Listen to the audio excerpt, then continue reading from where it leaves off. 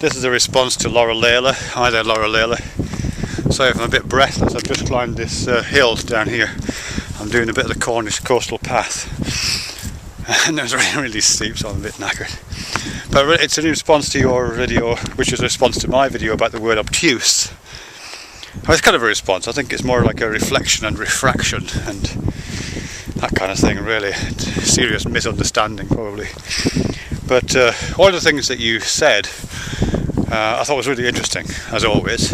But it was something that I thought that just sparked off another chain of thought in me, really, which is always something I'm grateful for. But this particular thing was to do with something you said at the end. I'm sorry I don't know the exact words, obviously, but it was to do with the I guess a tendency, particularly if you're a bit kind of anally retentive, perhaps, to look for the single meaning that words have, almost kind of dogmatically, you know, and kind of wrestle the meaning to wrestle the word to the ground and pull its meaning from it, and then you've got it. You know what I mean? And that's it kind of surrenders to you, and you have it in your power then, and and you can share this meaning, and you can deploy this meaning strategically, and you can get together with other people who've also wrestled the word to the ground and share that meaning. You know, you can do all those kind of things. I know that wasn't what you said. Sorry if I'm misrepresenting you, but this is the riff on it that I'm getting.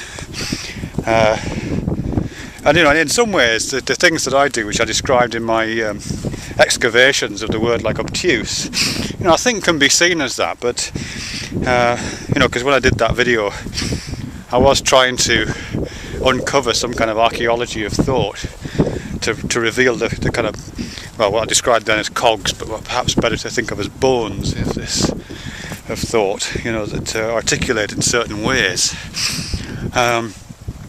And of course, when you find those things, it is tempting to assume you found the absolute truth, and that's not necessarily the case. It's perhaps it's better to think. Yeah, well, I suppose just for myself, I personally enjoy doing exactly what I described. You know, trying to flesh out an understanding, put some meat on those bones, so that I can really walk those concepts around in ways that are interesting for me. But I think I try to resist attributing any kind of absolute fixity to that interpretation, because a lot of the pleasure of some words and concepts, and obtuse might be one of those, is the fact that they don't occupy a single metaphorical space. You know, I don't know what the origins of the word obtuse are. I have no idea at all. And in a sense, it doesn't matter, because it's what's going on in your brain that counts, isn't it? What's going on in your mind and your thought processes, not what happened in the history books, you know, or old dictionaries or something, interesting though that may be.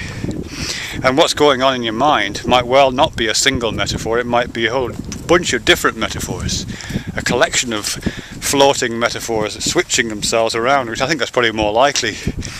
So I wouldn't be at all surprised if, when I do use a word like obtuse, that some part of my brain is being activated to do with the geometry of angles, which is the one I talked about before, perhaps in relation to lines running more or less in parallel, as opposed to lines coming at each other from a much more blunt angle, as you would with obtuse connections.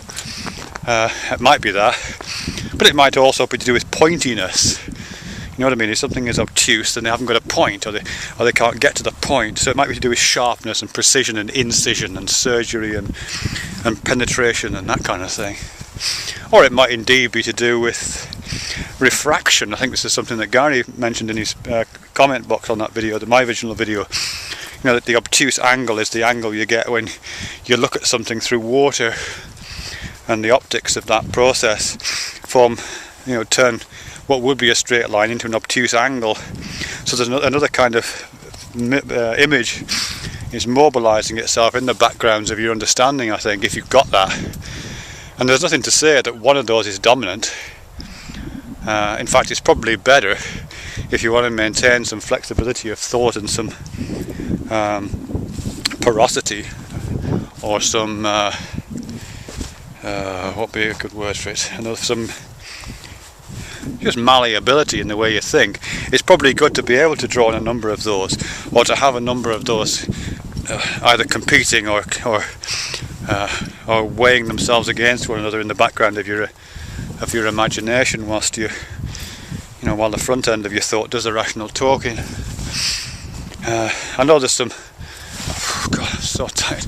Let me just show you the view while I get my breath back, Loreleila. So gorgeous. I'm on north coast of Cornwall. Yeah, I'm Portreath. Yeah, quite near Redruth. It's nice. Yeah, I mean, I've been reading a bit about this, not recently, but there was some really good study done on metaphors in conversation. I've probably mentioned this before, so just skip this bit if you've heard this before, on how people use metaphors in conversation.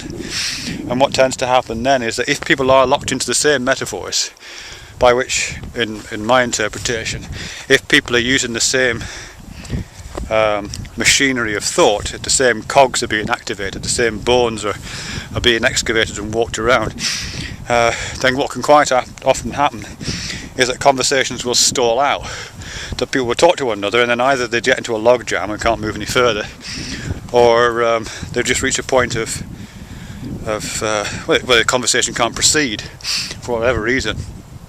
And in conversation analysis, what you find in that sometimes is that what can break that is the introduction of a new metaphor.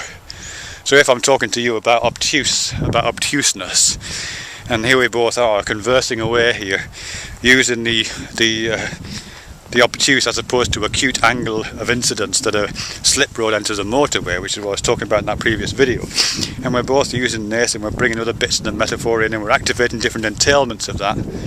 Eventually it might be that it stalls out, we can't go any further. The metaphor's run out of entailments, it's run out of ways to talk about it.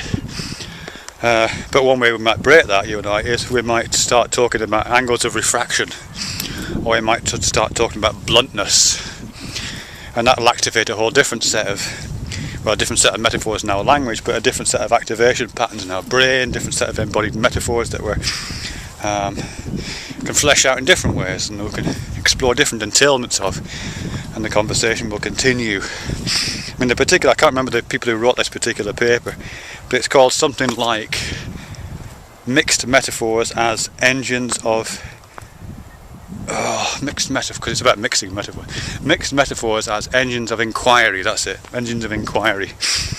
You can probably Google it. You'll probably find it with that. That mixing metaphors is a really useful thing sometimes, even though it seems to suggest that we're working with different interpretations, and sometimes that's negative. Other times it can be positive because it can allow conversation to proceed.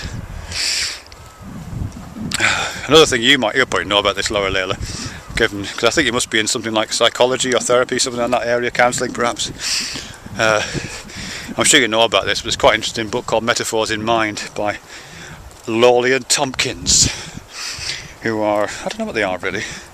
I did a workshop with them once actually on this, and they write about metaphors in counselling contexts, coming out of a guy called David Grove, who did some initial bit of that, who himself I think was heavily influenced by kind of Rogerian client-centred therapies. The basic idea of Loreleila and Tompkins stuff, which is based on the idea of clean language, is that when you're talking to a client or a person that you're working with in a therapeutic context, what you don't want to do, they say, is intrude all your metaphors into the conversation, because that would potentially contaminate what the person says. If what you're trying to do is excavate and understand them, then the last thing you want to do is demand that they speak using your language, which brings us back to something you were talking about at the top end, I think. You need to keep your language as simple and as clean of metaphors as possible. I mean, it's impossible to do it completely, but you can reduce the number of metaphors you use. And wherever possible, keep using the same metaphors that the person uses. So if a person has come to you in a therapeutic context, in Loreleila and Tompkins, and they're starting to use words around obtuse, I think everybody's being obtuse to me, I think everything I say is obtuse, then your job would be to find out what it means, what kind of metaphor they're in there. You know, are they talking about it as opposed to sharpness and pointiness? Are they talking about it in terms of refraction? Are they talking about it in terms of the sloping roof of a house? Or are they talking about it in terms of motorway slip roads? Clean language, anyway. If you're interested, I'm sure you know about it already.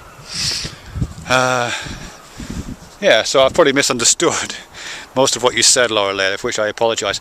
But it was a good. If it was a good misunderstanding, and I enjoyed that.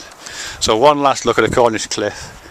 It's really terrifying here. Actually, let me just show you how steep this is. Look, there's the edge. Look, and it's so steep. It's like, oh my god. Let me just show you. I'm just going to stand precipitously close to this precipitous edge. Yay, look at that! Wow.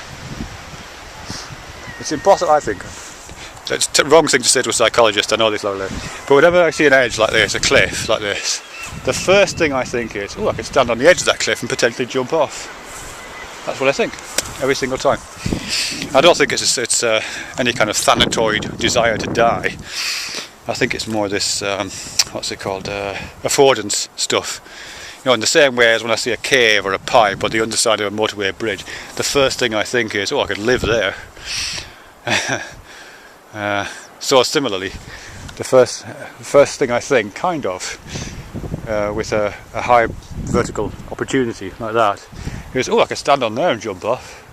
It's like I'm looking for usage, you know what I mean? I could have used this, oh, I could use it to throw myself off. I should probably take up, what's it called, hang gliding. And then I could say things like that without people thinking I was a nutter. It is gorgeous here, look at that, wow.